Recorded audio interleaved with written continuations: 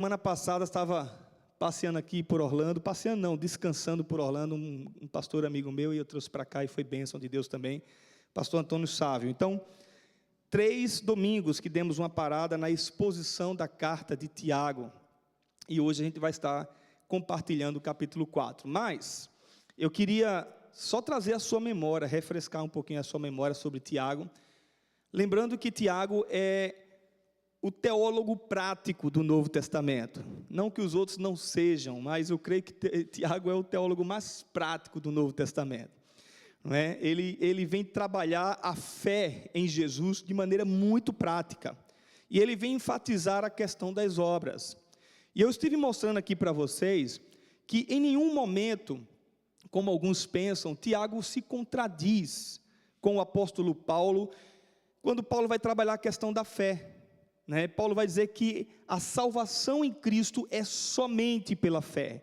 Paulo vai trabalhar isso em Romanos, Paulo vai trabalhar isso em Efésios, em Gálatas. Ele vai deixar isso muito claro, que a fé em Jesus, ela é algo dada por Deus a nós, e que para a gente retornar ao Pai, para a gente voltar para Deus, somente é pela fé. Mas Tiago não está contradizendo isso quando ele está falando de obras.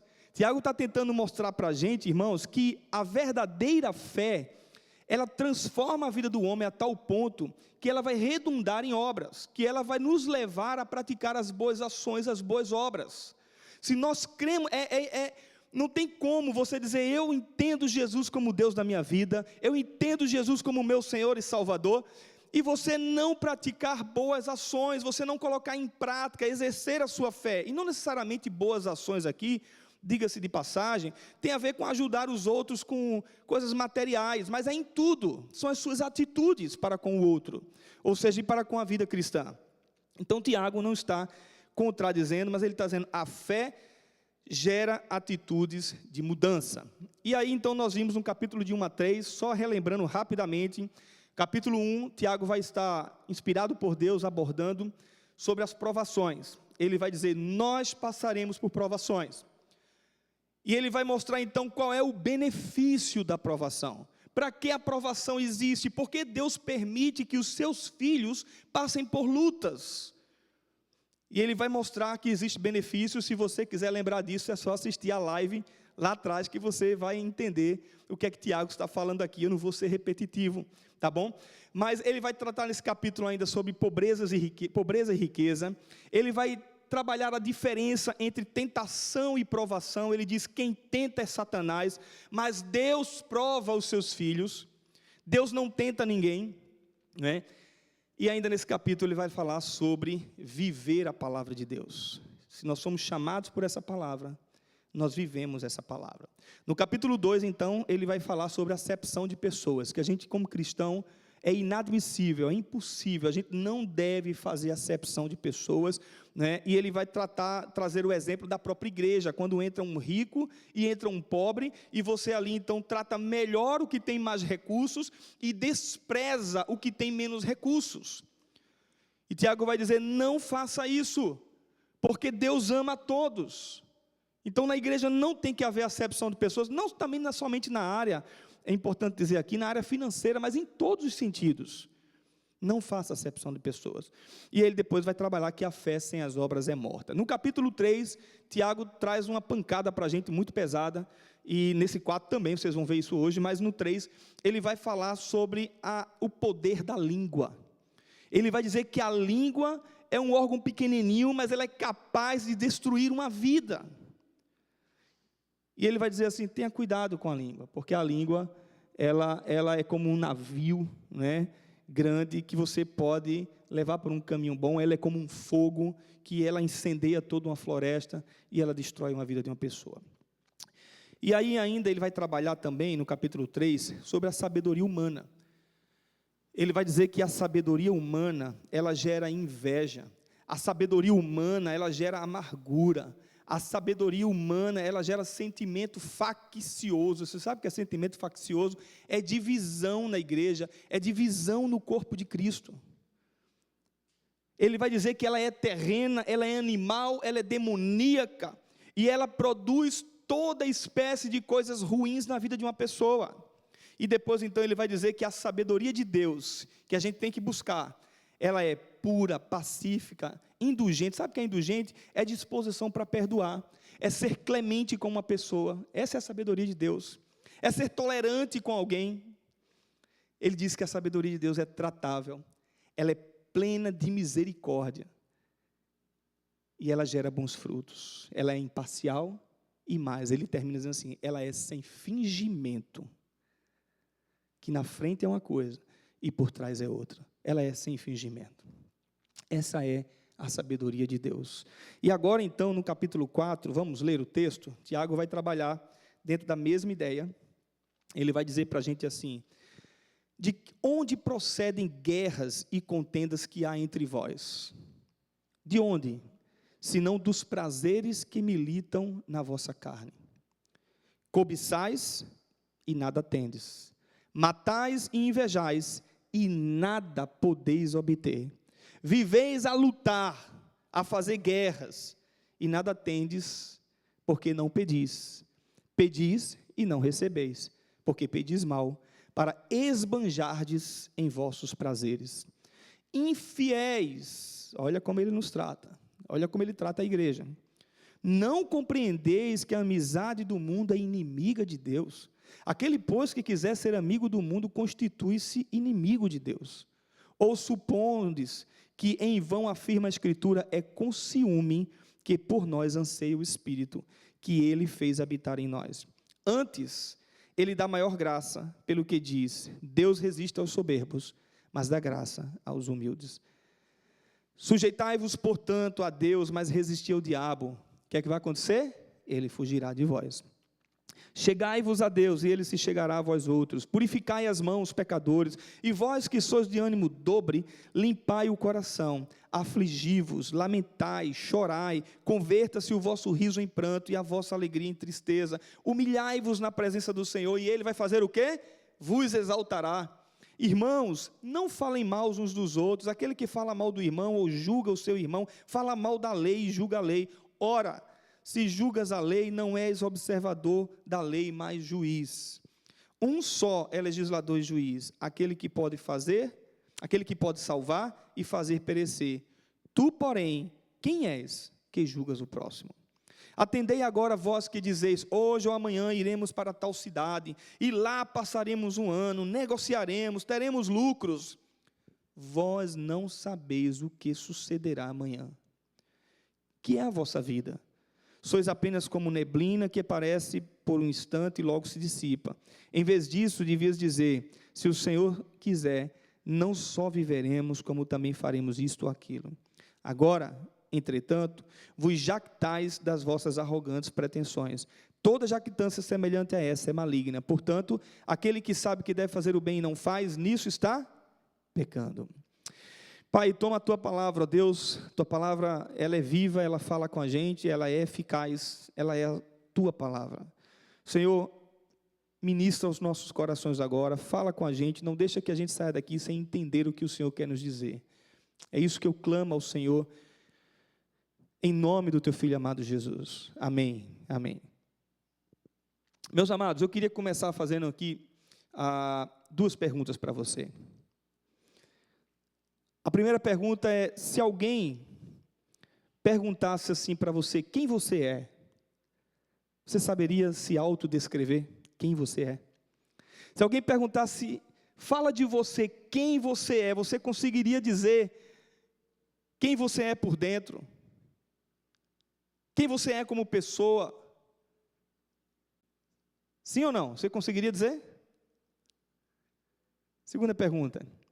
Se a gente afunilar mais a pergunta e dissesse assim, alguém chegasse e perguntasse para você, quem você é como cristão? Agora não é genérica, agora é mais próxima de você, mais afunilada. Quem você é como cristão? Você saberia responder? Você conseguiria dizer quem você é como um discípulo de Jesus? Essas duas perguntas, principalmente essa segunda, ela tem a ver com a nossa identidade. Porque esse texto vai trazer para nós a nossa identidade, é sobre isso que eu quero compartilhar com você nessa noite. A nossa identidade, quem nós somos. como cristão, como servo de Jesus, quem nós somos.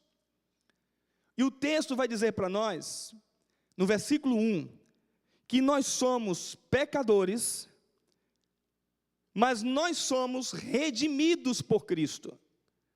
O texto vai dizer que ainda nós somos pecadores, habitamos num corpo mortal, pecaminoso, que nos leva a fazer o que não agrada a Deus. Mas ele vai dizer também que nós somos redimidos por Jesus Cristo, nós somos lavados pelo sangue do Cordeiro, Jesus Cristo.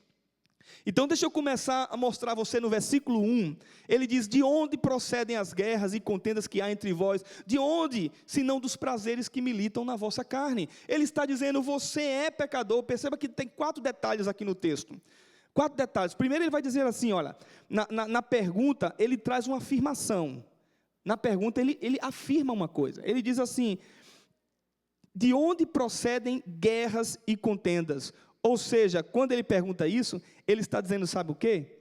Ele está dizendo que existem guerras e contendas.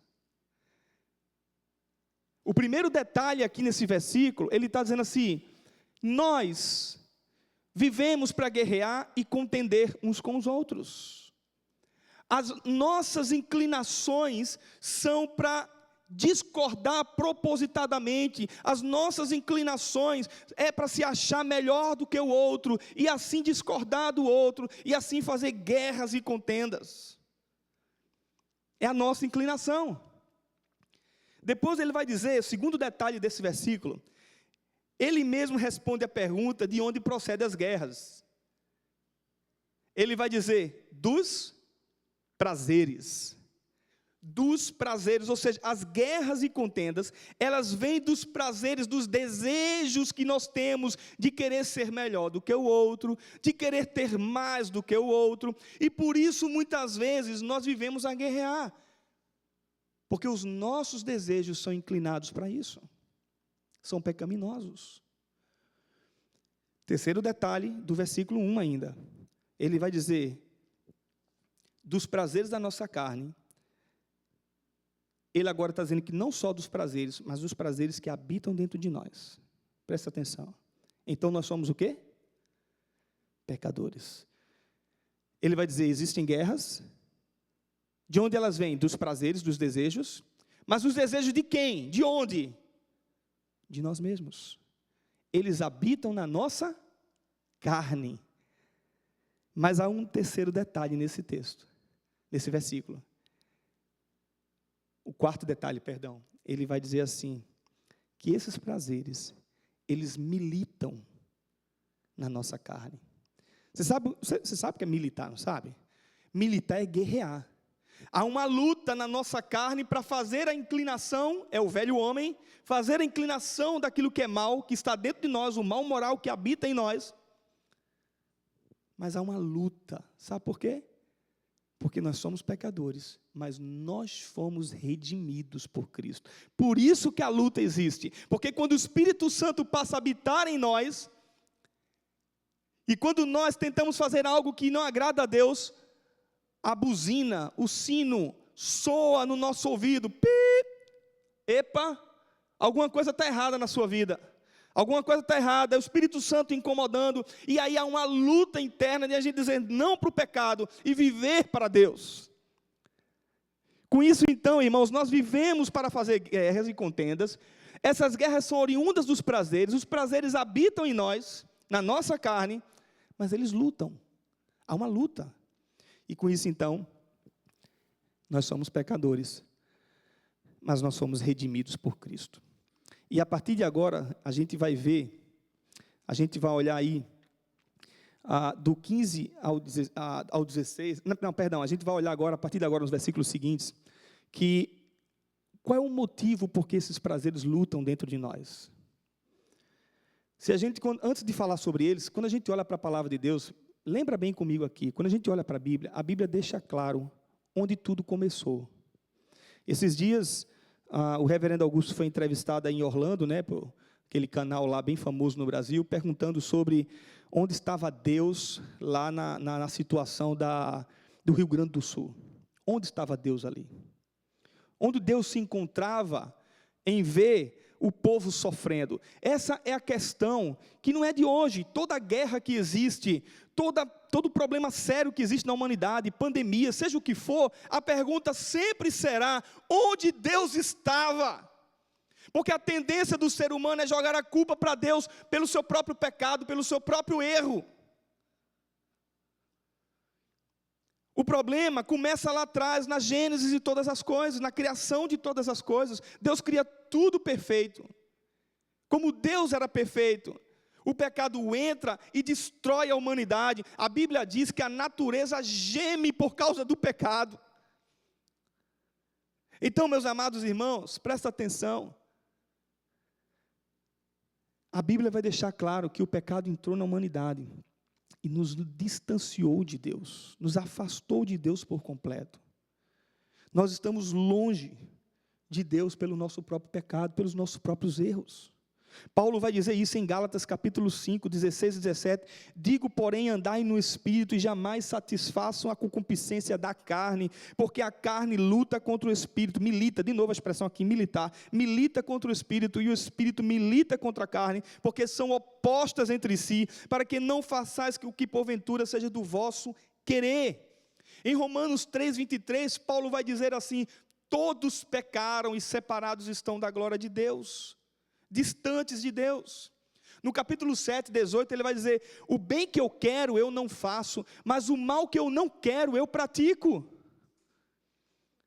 João vai dizer, o apóstolo João vai dizer na primeira carta lá, no capítulo 1, versículo 8 e 9, ele vai dizer, se a gente diz que não tem pecado, a gente é um mentiroso, a verdade não está em nós. Porque nós somos pecadores, mas ele também vai dizer assim, se confessardes os vossos pecados, ele é fiel e justo para nos perdoar os pecados e nos purificar de toda a injustiça. Tiago capítulo 1, nós lemos isso aqui em uma das pregações, ele vai dizer assim, capítulo 1, versículo 14, cada um porém é tentado pela própria cobiça, sendo por esta arrastado e seduzido. No versículo 15 ele vai dizer, então a cobiça, tendo engravidado, dar à luz o pecado. E o pecado, após ter sido consumado, gera a morte. Então, as Sagradas Escrituras deixam claro para nós que tudo começou no Éden. Quando o homem se afasta de Deus, nós nos tornamos pecadores. E nós estamos distantes de Deus pelo pecado. Tiago vai reforçar isso, mas a gente lembra de que a graça de Deus, Jesus Cristo veio ao mundo, se entregou pelo nosso pecado, deu a vida por nós, nos levou de volta para a comunhão com Ele. O castigo que nos traz a paz estava agora sobre Ele. Ele levou nossas dores, nossas enfermidades, os nossos pecados na cruz, está lá em Isaías 53. Então nós somos redimidos, mas nós somos pecadores ainda. E aí, meus amados irmãos, isso fica claro, a nossa identidade. Agora sim, dos versículos de 2 a 5, ele vai deixar claro para a gente, falando um pouquinho sobre identidade, ele vai mostrar a nossa tendência pecaminosa. Por que nós somos tendenciosos a praticar o mal, a fazer o que é errado? Ele vai dizer que nós somos tendenciosos a querer ser e ter. Olha o versículo 2, cobiçais e nada tendes. Vocês cobiçam e vocês não têm nada. A palavra cobiçar aqui é um desejo ardente. Sabe o que é isso, irmãos? É a gente nunca estar conformado com o que Deus nos dá. É ou não é? Fala sério, a gente nunca está conformado com o que Deus nos dá. Se a gente tem um carro bom para andar, e a gente passa na rua, a gente olha do lado um outro carro mais bonito que o nosso, a gente já fica incomodado. O que não deveria ser assim, porque a gente já fica dizendo assim, poxa, que carro, né? Queria ter um desse. Mas Deus já te abençoou, já te deu um maravilhoso para você andar. A gente compra um equipamento para a nossa casa, daqui a pouco chega rapidamente outra, coisa de 3, 4, 5 meses, outro muito melhor, é um telefone, e a gente já começa a desejar aquilo. A nossa tendência é cobiçar, é desejar as coisas. E a cobiça gera em nós uma obrigação de ter. Concorda comigo ou não? O desejo gera em nós uma obrigação de ter. E a gente corre para ter. esquece família, esquece igreja, esquece compromisso com Deus, relacionamento com Deus, esquece tudo para ter. Porque eu tenho que ter, os outros têm, então eu também tenho que ter. E a gente não se conforma com o que Deus deu a nós.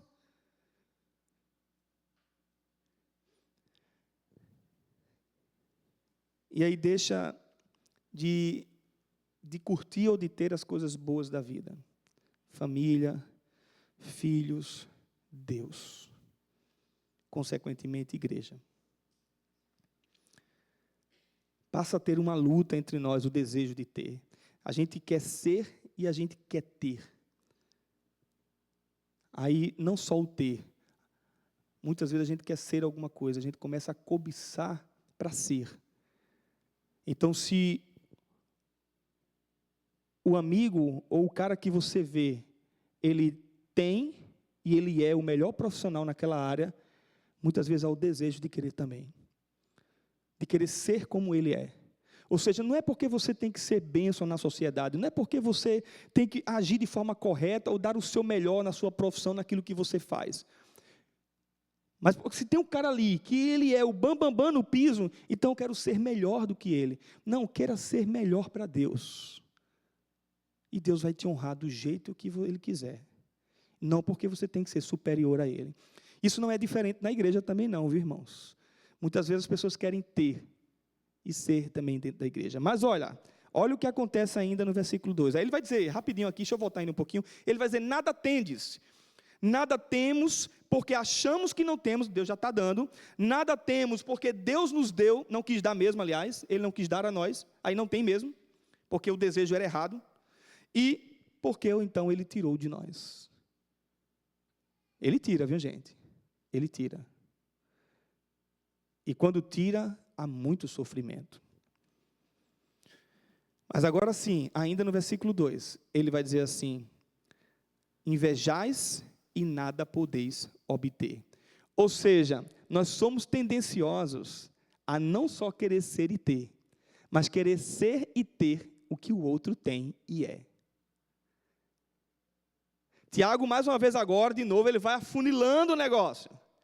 Ele vai dizer, vocês cobiçam, e a cobiça aqui ele está falando genérico, ele está falando de um modo geral, o desejo ardente de ter e de ser, mas depois agora ele vai dizer, não só isso, vocês invejam, e vocês não podem obter o que vocês invejam, vocês querem ter o que o outro tem, vocês querem ser o que o outro é. E aí, meus amados irmãos, quem fez isso? Quem lembra? Na Bíblia? Adão e Eva. Lembra do que Satanás balbuciou no ouvido da mulher? Disse, não, não é bem assim não. Não é desse jeito, Eva. Na verdade, se você comer do fruto, você vai se tornar igual a Deus. Ela desejou ser como Deus. Desejou ter o que Deus tem. E é assim conosco. Irmãos, a inveja não nos permite nos conformar com o que Deus nos deu. Grava isso, tá? Grava também, a inveja não nos permite nos alegrar pelo que o outro tem e conquistou. Não permite. Uma pessoa que deixa brotar inveja no coração quando vê o irmão comprando uma casa nova e se alegrando com aquilo, as pessoas não se alegram com ele. O documento dele chegou, não se alegra porque não tem. Ele comprou um carro novo, não se alegra porque não comprou um carro novo. A inveja não nos permite sorrir e se alegrar e celebrar e festejar com o que o outro tem. Não permite. A inveja, ela nos deprime, ela leva a machucar os outros, leva a gente a fazer guerras, a agirmos com difamação, com orgulho, com prepotência e querer ser melhor do que os outros. Essa é a inveja. A gente deseja ter a vaga do outro e o que o outro tem. Isso também acontece na igreja. Deixa eu dizer uma coisa para você. A lista de dons no Novo Testamento é grande. Você tem pelo menos um dom. Ah, pastor, não sei qual é o meu dom. Tem, meu irmão. Tem. Você tem dom. porque Deus disse que tem, até porque tem mesmo. Não precisa você querer desejar o dom do outro, porque o outro faz aquilo e você querer fazer igual. Deus te deu. E o cuidado para que isso não se torne algo que traga inveja. E ele vai dizer, vocês não podem obter isso, porque eu não vou dar. Depois ele vai dizer também que nós somos tendenciosos a viver, a brigar e a fazer guerras. Viveis a lutar e a fazer guerras, nada tendes novamente. Ele usa a mesma expressão, versículo 2 aí. Vocês não têm nada. A expressão viver é algo constante. Ou seja, nós somos pecadores e a nossa tendência é viver a guerrear e a fazer guerras e contenda uns com os outros, briguinhas, picuinhas, tudo é motivo de confusão. Não sabe ouvir uma repreensão. O homem de hoje, a mulher de hoje, não sabe mais ouvir repreensão. E a geração de filhos que estão sendo criados não sabe ouvir repreensão. Desrespeitam pai, desrespeitam mãe, desrespeitam policial, desrespeitam quem for. Você acha que ele não vai desrespeitar Deus também? Claro que vai. Não existe repreensão. Vive a lutar e a fazer guerra, tudo é motivo de picuinha e de confusão. Então ele perceba que ele vai dizer, o resultado da cobiça, nada tendes, o resultado da inveja, nada podes obter, o resultado de viver a fazer guerras, nada tem também. Deus não vai dar, sabe por quê? Versículo 3 ele explica agora. Pedis e não recebeis, porque pedis mal, pedis para esbanjardes em vossos próprios prazeres. Aí agora sim, a tendência nossa, sabe qual é? É sermos egocêntricos, esbanjar em nossos próprios prazeres. Gente, o mundo de hoje, ele é egocêntrico. O mundo de hoje, ele é egocêntrico, não tenha dúvida disso. E o desejo do mundo e das pessoas é esbanjar os seus desejos pecaminosos, os seus prazeres. Desejo que muitas vezes nos impede, sabe de quê? Você que está aqui na América, você que já está bem estruturado, bem estabilizado, deixa eu falar para o coração de vocês agora. O desejo de querer ter e ser tão egocêntrico, ter só para si mesmo, impede de você ganhar um pouco menos para dar um pouco mais àquelas pessoas. Ah, não, eu sofri demais, pastor, nesse país. Eu sofri demais, como a gente diz lá no Nordeste, que nem sovaco de aleijado, né? Eu sofri demais. E aí a tendência é querer massacrar o outro. Não é porque eu sofri que o outro que chega aqui tem que sofrer, não. A gente tem que abençoar aqueles que chegam. A gente tem que ajudar aqueles que chegam. Ser egocêntrico é querer ter apenas para si mesmo. E o egocêntrico, quando ele faz generosidade, quando ele ajuda o outro, ele ajuda muitas vezes para mostrar que ele tem. O egocêntrico, ele não consegue ser fiel a Deus na sua totalidade. Porque ele olha apenas para si. O culto demorou demais, meu sono já vai ser mais tarde, sei lá, qualquer coisa, sabe assim, ele não consegue, a pessoa é egocêntrica, ele olha apenas para o eu, para ele, a família dele. Você quer ver uma coisa? Qual foi a última vez que nós, eu e você, nós oramos pelos outros?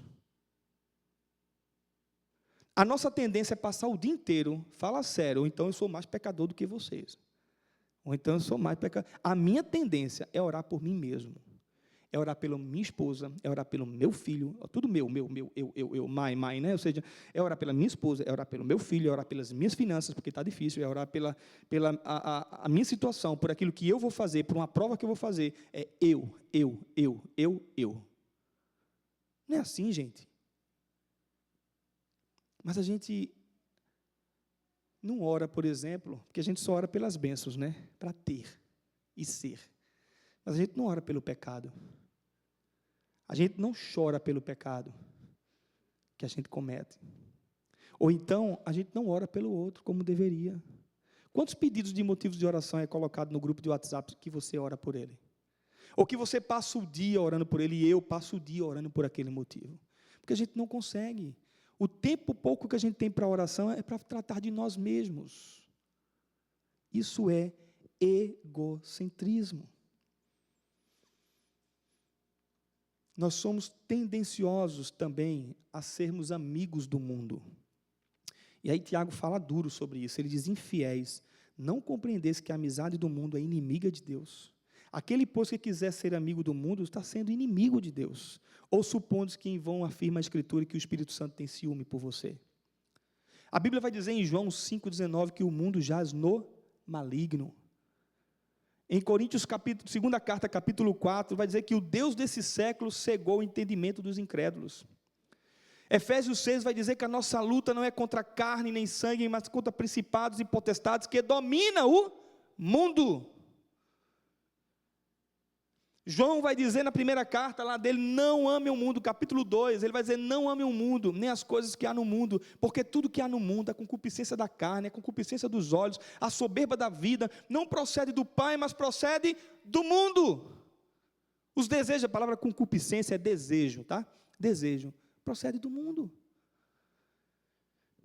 Não vos conformeis com este século, Paulo fala em Romanos capítulo 12. Tudo isso a Escritura afirma, são os valores que o mundo tenta trazer para nós, e a gente é mais propenso, por causa do nosso pecado, a ouvir o que o mundo está dizendo, mas não se debruçar para ouvir o que Deus está dizendo. Nós somos tendenciosos, não é? E aí ele vai dizer que quando a gente age assim, nós somos infiéis, adúlteros. Por quê? Nós estamos amando o mundo e não amando a Deus. A igreja é casada com Cristo. Cristo é o noivo e a igreja é a noiva. E quando nós somos infiéis a Cristo, nós estamos sendo adúlteros. Estamos amando mais o mundo. E o Espírito Santo anseia ter esse relacionamento com a gente. E ele vai então terminar no versículo 6 dizendo assim, Deus vai honrar os humildes e resistir ao soberbo. Essa é a nossa tendência, porque o pecado ainda habita em nós. O pecado ainda habita em nós, somos pecadores. Mas, agora sim, o texto vai dizer para nós que nós também somos redimidos. Versículos de 7 a 12, ele vai dizer aí uma expressãozinha, que é uma expressão, no português a gente chama de conjunção conclusiva, que é portanto. Portanto, versículo 7. Essa expressão aqui, irmãos, conjunção conclusiva, é a ideia de que aquilo que ele estava dizendo antes, ele já tirou a conclusão e ele agora vai continuar falando sobre aquele assunto, de acordo com a sua conclusão. Ou seja, ele vai dizer, portanto, por conseguinte, olha o que ele vai dizer agora. Ele vai dizer assim, que, mais uma vez, ele está dizendo assim, somos pecadores e o pecado ainda habita em nós, mas somos redimidos por Jesus Cristo. Portanto, você é redimido por Jesus Cristo. Portanto, você não deve viver mais na prática do pecado. Portanto, você deve fazer isso aqui. Aí olha o que ele vai dizer agora. Primeiro, seja submisso a Deus e resista ao diabo. Portanto, seja submisso a Deus e resista ao diabo. Essa expressão submissão, irmãos, é a ideia de você dizer, Deus, Tu és o Deus da minha vida, Tu és o meu Senhor a partir de agora, é o Senhor que conduz os meus passos. Isso sim é submissão, é entrega total, é se debruçar nas mãos de Deus e dizer, Senhor, a minha vida não pertence mais a mim mesmo, mas é o Senhor quem conduz a minha vida. E quando nós fazemos isso, o que é que acontece aí que o texto diz? O diabo faz o quê? Como diz nossos irmãos em pentecostais, bate em retirada. Vai embora. Mas é verdade, eles estão certos. Quando nós nos debruçamos na presença de Deus, submetendo nossa vida a Ele, o diabo não tem vez sobre nós. Não tem domínio sobre a minha vida e na sua vida em momento algum. Na verdade, ele não tem mesmo. E nunca terá. Então se submeta nas mãos do Senhor. Depois ele vai dizer, busque ter intimidade com Deus. Ele aproxime, versículo 8 agora, aproxime-se de Deus e Ele se aproximará de vocês. É interessante isso aqui, né, irmãos? Olha só. Ele diz, se aproxima. Se você se aproxima, o que é que acontece? Ele se aproxima de você. Então há uma ação nossa nesse processo, sim ou não? Há uma ação minha e sua.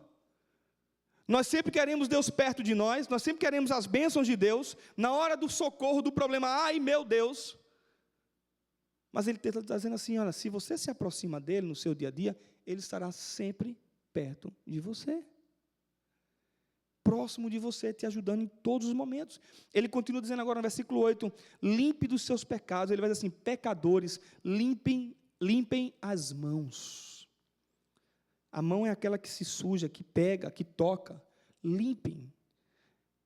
É confissão. É se debruçar na presença de Deus em quebrantamento. Ele vai falar um pouco mais disso já já. Depois ele vai dizer assim: pare de ser inconstante. Ele vai dizer: e vocês que têm mente dividida, purifiquem o coração. Dúvidas, incerteza, inconstância. Purifica teu coração. Para de ter mente dividida em relação às coisas de Deus. Ora eu estou com Deus, ora eu não estou. Ora eu estou na igreja, ora eu não estou. Ora eu busco, ora eu não busco. Isso é mente dividida. Tiago está dizendo: para com isso. Aí ele continua falando do quebrantamento, ele diz assim: entristeçam-se, lamentem-se, chorem, troquem o riso em lamento e alegria em tristeza, humilhem-se diante de Deus, e Ele vai te exaltar. Esse é o processo do redimido em Cristo Jesus, daquele que foi lavado pelo sangue de Jesus. Ou seja, não seja inconstante, se quebrante na presença de Deus, se aproxima de Deus, e Ele vai se aproximar de você. Depois, no versículos de 11 a 12, ele vai dizer: pare com as contendas, pare a guerrear lá fora e a viver a contender. Não faleis mal os uns dos outros, e ele vai continuar falando sobre isso. Esse assunto eu já me debrucei um pouco na mensagem passada, não vou me demorar tanto nele, mas ele está dizendo: o processo do redimido, aquele que quer dizer não ao pecado, é aquele que não vive a contender, que não faz confusão por qualquer coisa. Mas ele continua dizendo: lembre-se, pare também de fazer os seus planos sem consultar a Deus. Ele diz assim: ouça agora vocês que dizem, vou hoje ou amanhã para a cidade tal, vou passar ali um tempo, um ano, vou fazer negócios, vou ganhar dinheiro. Ele está dizendo para nós: pare de fazer os planos sem consultar Deus. A Bíblia diz: o coração do homem pode fazer planos, mas a resposta certa vem de quem? De Deus. Jesus disse: eu não faço a minha vontade, faz a tua vontade na minha vida. Então, meus amados irmãos, a gente precisa colocar a nossa vida diante do Senhor.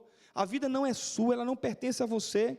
Deus pode mudar os seus planos. Essa coisa de dizer: eu agora vou para tal cidade, eu vou morar em tal lugar, eu agora vou fazer isso, eu vou fazer aquilo. Não, eu vou deixar essa função para fazer outra função. Você consultou a Deus sobre isso? Você se debruçou em oração, de joelhos, dizendo: Deus, sabe por quê? Porque se você vai mudar de profissão, ou se você vai mudar de cidade, ou você vai fazer qualquer outra coisa, se você não consulta a Deus, se Deus não está à frente desses seus planos, você vai ter sérios problemas. Lembra de Jonas? Lembram?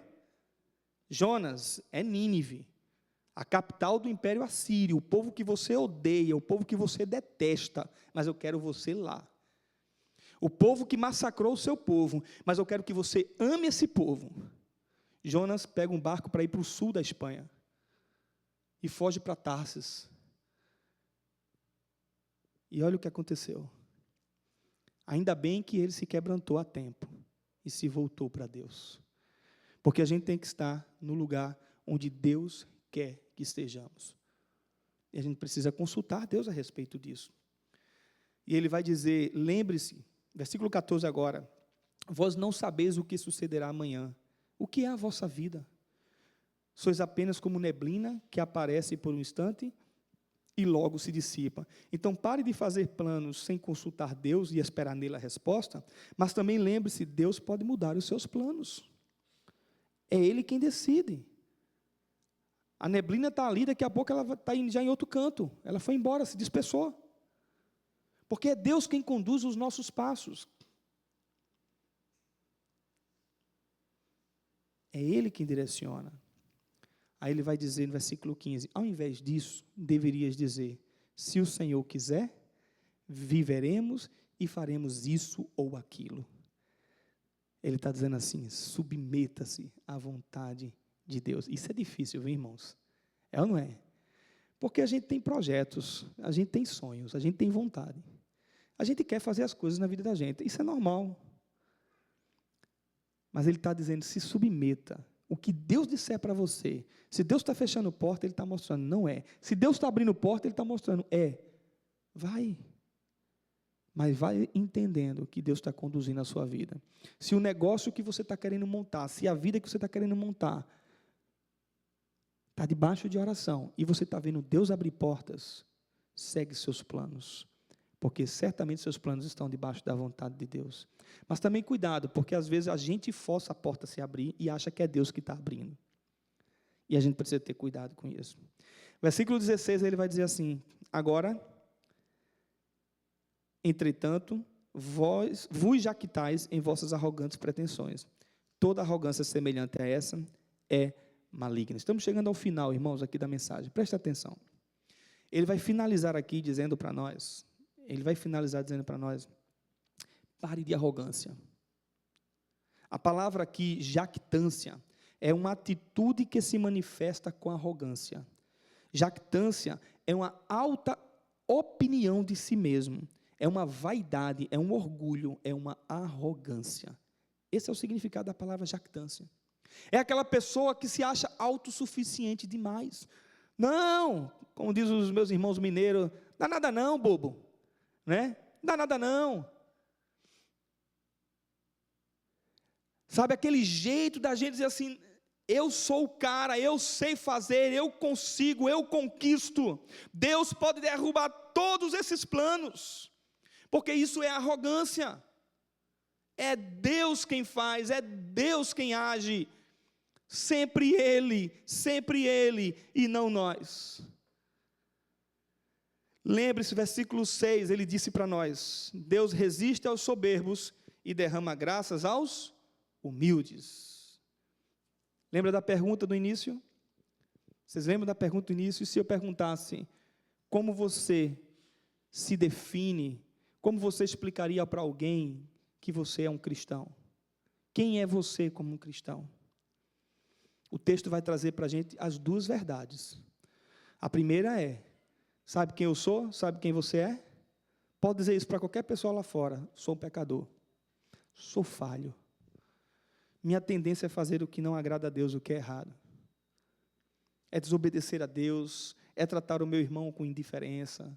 A minha tendência, a minha carne me puxa para isso o tempo todo. Mas lembra também que você é um pecador restaurado, redimido, lavado pelo sangue de Jesus. Se você um dia disse: Jesus, entra na minha vida, eu quero o Senhor como meu Deus, como meu Salvador, você foi regenerado. Essas práticas é jogar para trás e não viver mais nelas.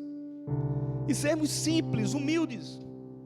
É fácil? Não é. Não é.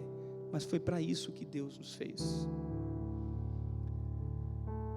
Ele termina dizendo, versículo 17: portanto, aquele que sabe que deve fazer o bem e não faz, nisto está pecando. Pesado, né, irmãos? Porque o que é o bem aqui? O que é o bem? O bem é tudo aquilo que Jesus nos ensinou. Então, se a gente não faz, a gente está pecando. A gente está desobedecendo a Deus. Somos pecadores, sim, porque a semente do pecado ainda está em nós. Mas Jesus, na cruz do Calvário, pagou o preço pelo nosso pecado. Os nossos pecados foram imputados em Cristo, foram jogados em Cristo. Ele nos lavou, e agora eu tenho que andar em novidade de vida, dependência, confiança, dizendo: Deus, a minha vida está em tuas mãos. Não se julgando ser melhor do que o outro, mas depender dele completamente. Vamos orar? Senhor, nosso Deus, nosso Pai, são coisas tão difíceis, Senhor, da gente viver. Não são fáceis. O Senhor não nos chamou para viver um caminho fácil, ó Deus. Ser discípulo do Senhor, quando nós olhamos para a Tua palavra, não é fácil. Porque a gente tem que lutar com o nosso eu, com o nosso ego, com esse mundo que nos faz nadar o tempo todo contra a correnteza. Temos que viver para o Senhor, ter uma mente renovada no Senhor e ser loucos para o mundo. Ó Deus, tem misericórdia de nós. Tem misericórdia da nossa vida, Senhor. Obrigado porque nós não ficamos no pecado. O Espírito Santo agora habita em nós. E esse Espírito nos ajuda porque a gente não sabe orar como convém. Ele revela o nosso pecado. A Tua palavra revela o nosso pecado, a Tua santa lei. Obrigado, Senhor, por isso. Obrigado porque a gente pode viver uma vida que Te agrada. Louvado seja o Teu nome. Em nome de Jesus.